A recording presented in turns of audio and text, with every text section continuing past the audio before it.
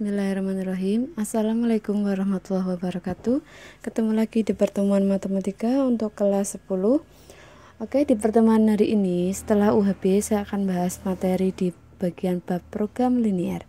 Sebelum itu saya menyapa terlebih dahulu. Bagaimana kabar kalian semua? Semoga kalian baik-baik saja, jaga kesehatan dan tetap untuk semangat belajar. Ya. Program linear itu apa? Silahkan diperhatikan terlebih dahulu video berikut ini ya. Hai, balik lagi nih sama saya. Nah, kali ini saya akan membahas mengenai apersepsi program linear. Jika orang ditanya mau untung atau rugi, pastinya mereka ingin untung lah. Mana ada yang mau rugi? Gak ada kan? Nah, agar kita bisa mendapatkan untung yang banyak, di program linear kita diajarkan bagaimana cara dengan modal terbatas kita bisa mendapatkan keuntungan yang maksimal dengan pembiayaan yang sesedikit mungkin. Penerapan program linear dalam kehidupan sehari-hari bisa dalam bidang industri, bisa dalam bidang ekonomi. Contohnya nih, dalam bidang ekonomi, Pak Tony, seorang penjual sepeda. Pak Tony membeli 25 sepeda untuk stok awal. Beliau ingin membeli 2 macam sepeda. Yang pertama, ada sepeda gunung. Beliau membelinya seharga 1.500.000 dan menjualnya seharga 2 juta sehingga beliau menerima keuntungan 500.000. Lalu dia membeli sepeda balap. Dia membelinya seharga 2 juta dan beliau menjualnya seharga 2.600.000 sehingga keuntungannya 600.000. Modalnya beliau hanya memiliki modal 42 juta saja.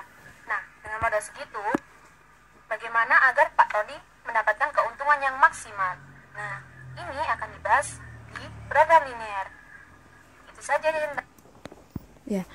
Jadi pembukaan video tadi itu menjelaskan bahwa program linear adalah itu cara yang digunakan untuk menyelesaikan masalah optimasi.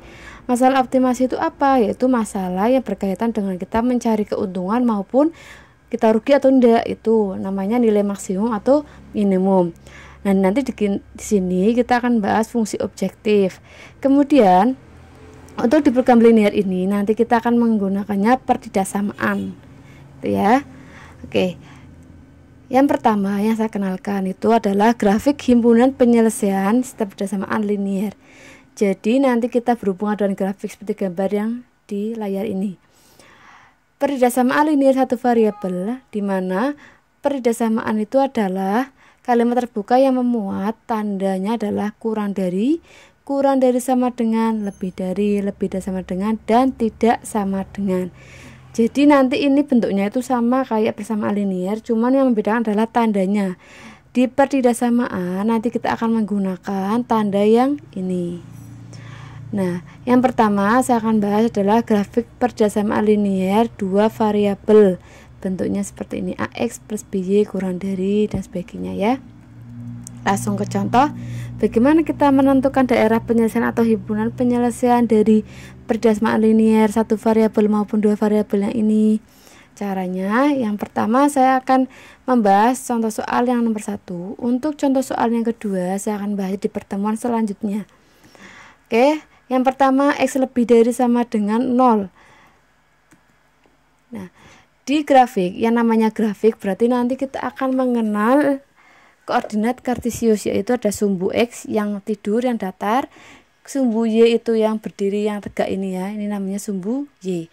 Dan di sini nanti ada koordinat di mana yang pusatnya adalah 0, 0,0, X-nya 0, Y-nya 0 berarti di sini.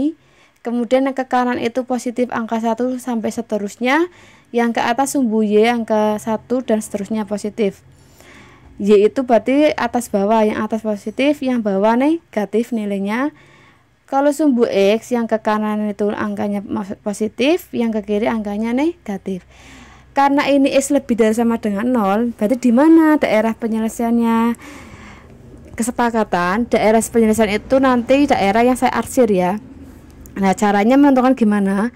Kita gantikan X-nya itu dengan angka di koordinat ini. X kan di sini ada 1 sama min 1 ya, 1 sama min 1. 1, kita masukkan, coba X-nya kita ganti dengan angka 1. Berarti kan 1 lebih dari sama dengan 0. Apakah benar? 1 lebih dari 0 kan benar.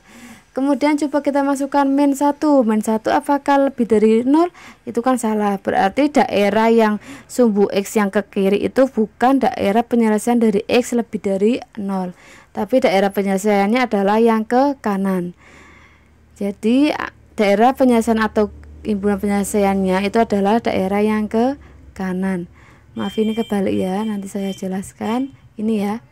Ini kebalik, ini seharusnya X lebih dari dengan 0 itu daerahnya ke kanan semua. Sekarang yang Y lebih dari 0, berarti Y itu coba kita masukkan yang di atas itu kan dan positif. 1 lebih dari 0. Benar ya, kalau yang bawah min 1 kita masukkan, berarti 1 min 1 lebih dari 0 salah. Maka daerahnya adalah bukan yang bawah. Jadi intinya kalau lebih dari itu biasanya daerahnya yang positif, jadi ke kanan maupun ke atas. Berarti ini ya, ini maaf ini salah simbol, ini seharusnya Y lebih dari sama dengan 0, ini daerahnya ke atas semua. Kemudian contoh yang kedua, jika ditemui ada dua variabel seperti ini, X tambah Y kurang dari sama dengan 2, caranya gimana menggambarnya? Yang pertama, langkahnya kita adalah membuat persamaan ini menjadi persamaan, yaitu X tambah Y sama dengan 2. Kemudian kita buat yang pertama, X-nya kita sama dengan 0. Ketika X-nya 0, maka Y-nya nilainya 2. Kenapa? Karena kan X-nya ganti 0, berarti Y-nya jadi sama dengan 2. Kemudian ketika Y-nya disama dengan 0, berarti X-nya sama dengan 2. Maka kita peroleh koordinat pertama X-nya 0, Y-nya 2. Yang kedua X-nya 2, Y-nya 0. Selanjutnya kita gambarkan saja 0,2, maka titiknya di sini. Yang kedua 2,0, maka titiknya di sini. Kita tarik garis, ini adalah garis dari X tambah Y atau grafik dari X tambah Y kurang dari sama dengan 2. Kalau sudah, silakan kita menentukan daerah penyelesaian atau himpunan penyelesaiannya ke atas sini atau ke bawah. Caranya seperti tadi, kita cocokkan. Coba saya masukkan koordinat yang di bawah grafik ini ya. Berarti saya ambil 0,0 bisa, 1,1 juga bisa. Saya ambilnya yang 0,0. Maka kita ganti X-nya 0, Y-nya 0. 0 kurang dari 2, apakah betul? Berarti betul, benar ya. Kemudian kita cocokkan, kita ambil angka di atasnya grafik. Saya misal 3, saya ini 3. Kita masukkan hasilnya 6 kurang dari 2. Apakah betul 6 itu kurang dari 2? Kan salah. Maka karena yang benar adalah yang ini, daerah yang bawah, maka yang kita arsir adalah yang bawah. Maka yang bawah itu adalah himpunan penyelesaiannya atau daerah penyelesaiannya. Biasanya kuncinya kalau kurang dari itu biasanya itu ke bawah maupun ke kiri maupun ke bawah ya atau kiri. Kalau lebih dari biasanya ke atas maupun ke kanan. Tapi lebih jelasnya silakan dicocokkan seperti ini saja. Kita ambil angka sembarang, cocokkan seperti itu ya. Oke, untuk pertemuan hari ini saya cukupkan.